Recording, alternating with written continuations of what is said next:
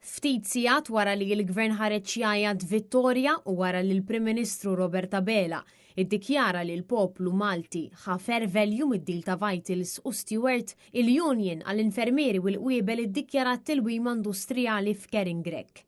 Fi stqarrija l-MUMN spjegat li kienet sfurzata tiddikjara tilwim industrijali u anka toħroġ numru ta' direttivi brabta ma' health and safety lil ħaddiema membri tagħha minħabba l-istat allarmanti li qiegħed fih l-isptar Keringrek. Il-Union spjegat li l-isptar jeħtieġ tiswijiet estensivi u urġenti b'partijiet tas-saqaf saħansitra tiċedu.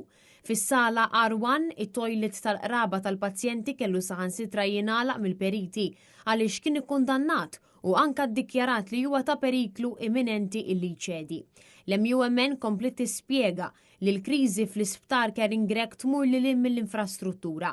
Bil-Union tispjega li infermieri sabu ruħhom f'sitwazzjonijiet ta' periklu minħabba pazjenti li jikkonsmaw l-alkoħol b'mod apert u anka l-mariwana. Fid-dawl ta' dan l-infermiera preżentaw numru ta' rapporti u anka talbu sabiex ikun hemm securities fis-sala, iżda dan waqa' fuq widnejn torox.